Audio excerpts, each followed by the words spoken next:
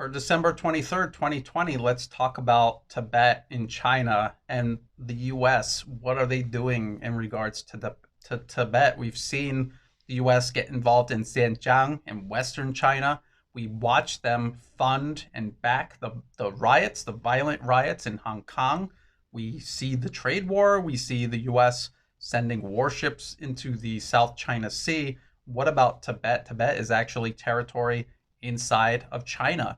What is the US doing about that? There's a recent news story about exactly that. And this comes from Voice of America, which, if you don't know, is funded and directed by the US State Department. It is US government state media. The title is US Congress Passes Landmark Bill in Support of Tibet. And here we all know who this is. This is the Dalai Lama.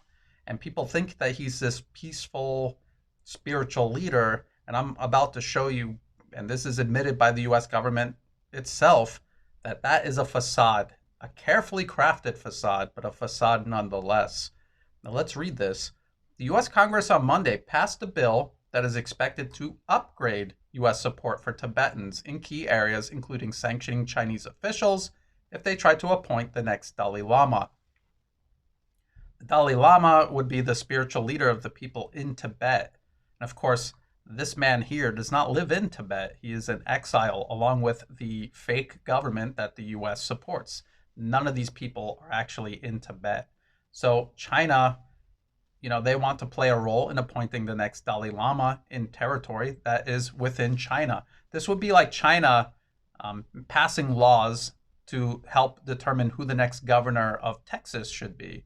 It would be ridiculous, and the US wouldn't tolerate it, not for a moment. But here's the US just doing it anyway to China. The Tibetan Policy and Support Act was passed by the House and Senate as an amendment to the $1.4 trillion government spending bill and the $900 billion coronavirus relief package. So this is a COVID-19 relief package, and they're slipping things like this in it, which just goes to show you America's priorities and just how lost the leadership in that country is. And I guarantee you, if you asked any American if they want their money going to something happening in Tibet, they would say no. So this isn't about America being bad. This is about the American government, a very small minority in the country doing this. Most likely, if you polled people, totally against the will of the American people. Definitely against my will as an American. And again, like I kind of emphasize this, upgrade US support for Tibetans. This is because the US has been meddling in Tibet for over half a century. And I'm going to show you what they've been doing in Tibet for decades. And then they go into all the details. And here they admit the Central Tibetan Administration, this is the government that the US is supporting. It's the Tibetan government in exile. They don't live in Tibet. They don't represent the people who live in Tibet because they're not there. They don't live there. They live in India. They live in Washington, D.C. They live in California. They don't live in Tibet. And we've seen this so many times with US-backed regime change. These opposition groups that the US creates and funds and perpetuates that are so out of touch with the people that they allegedly represent in the countries being targeted for regime change, that even if regime change is successful and these people are sent in to run things, they don't last very long at all. Again, all of this is very unsustainable. They also cite groups like this, International Campaign for Tibet, and they don't explain who they are at all. They just cite them like they're some credible source of information. And of course, I'm going to show you exactly who they are. As a matter of fact, let's do that first. Here's the International Campaign for Tibet. Of course, the picture they pick of the Dalai Lama is not him, on the border of Tibet with his people. He's in Washington, D.C., because that's what really all about, isn't it? And I could not find who funds them anywhere on their website. Very opaque. They have annual reports that don't really say who funds them. So I went to their YouTube channel because every once in a while they'll have on their YouTube channel all of their activities. You can see obviously who their connections are. So this is International Campaign for Tibet, and here is a video of them at an NED event, National Endowment for Democracy, created by the US government, funded by Congress annually, and overseen by Congress and the US State Department. So anyone involved with the NED is being backed by the US government. And you can just go through all of the videos uploaded on their channel, and you can see, just count for yourself how many are in Washington, D.C., in Congress. Just go through the videos. You'll see for yourself. All these links will be in the video description below. Just check it out for yourself, and you can see very clearly who they're affiliated with and who most likely pays their bills. Speaking of the National Endowment for Democracy, just go there and look at Tibet. This is for 2019. 2020 isn't over yet. Not yet, not technically. And look through all the programs that they're backing. Look at all of these programs. International Tibet Network. That's this one right here. Look, right on the front. Tibet will be free. This is separatism. Let's look at some of the other ones here. Students for a Free Tibet. Again, these are separatist movements that the US is funding inside China, or organizations outside China promoting separatism in China. You know, how is that acceptable? If China was doing that to the US, would the US tolerate that? What would the US's response be to that? And this is nothing new. This isn't something the US just started doing recently. This is something that goes back, as I said, over half a century. This is the US State Department's Office of the Historian. This is Memorandum for the 303 Committee dated 1968.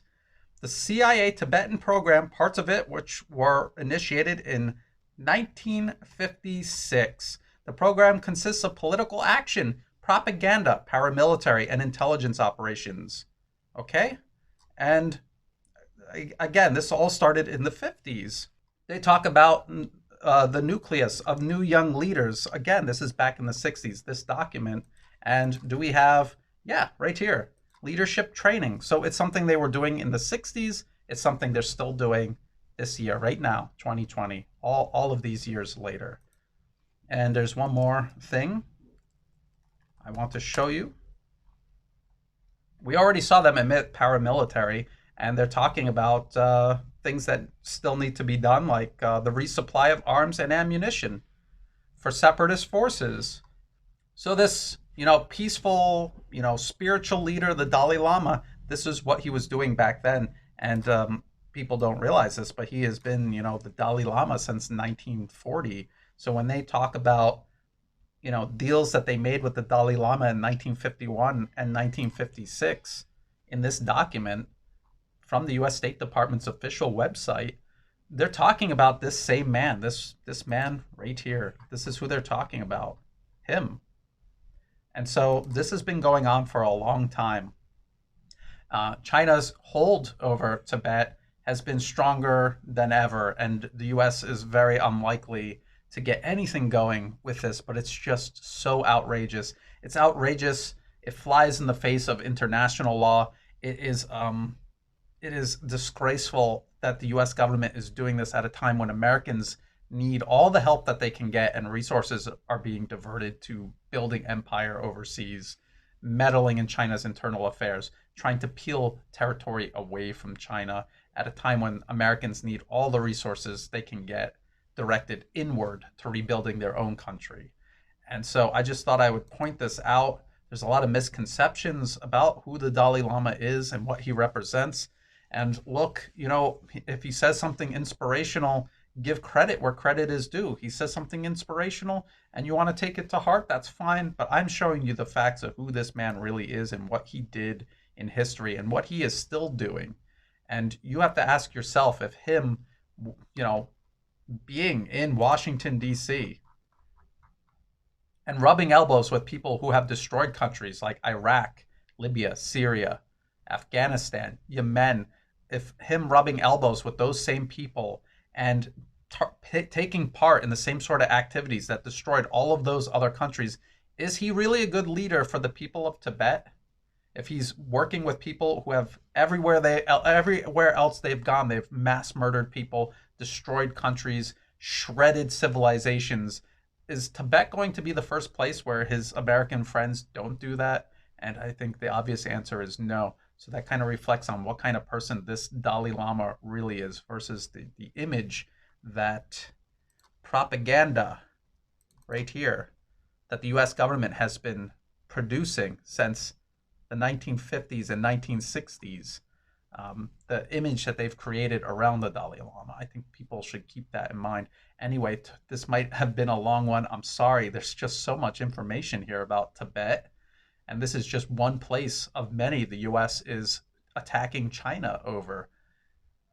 To my patrons who make these videos possible, thank you so much. Keep the feedback coming. If you're seeing this when I publish it publicly, please like and share the video. Subscribe to my channel because it's totally free to do and it helps the channel grow. Check the video description for all of the links because for this one there's going to be a lot. There's a lot to read through it and check it out. There's also going to be information in there on how you can support my work, like through Patreon. As a Patreon patron, not only are you supporting my work monthly, but you also get a lot of content and benefits in return. And I would love to have you as part of the community. And as always, thank you so much for watching.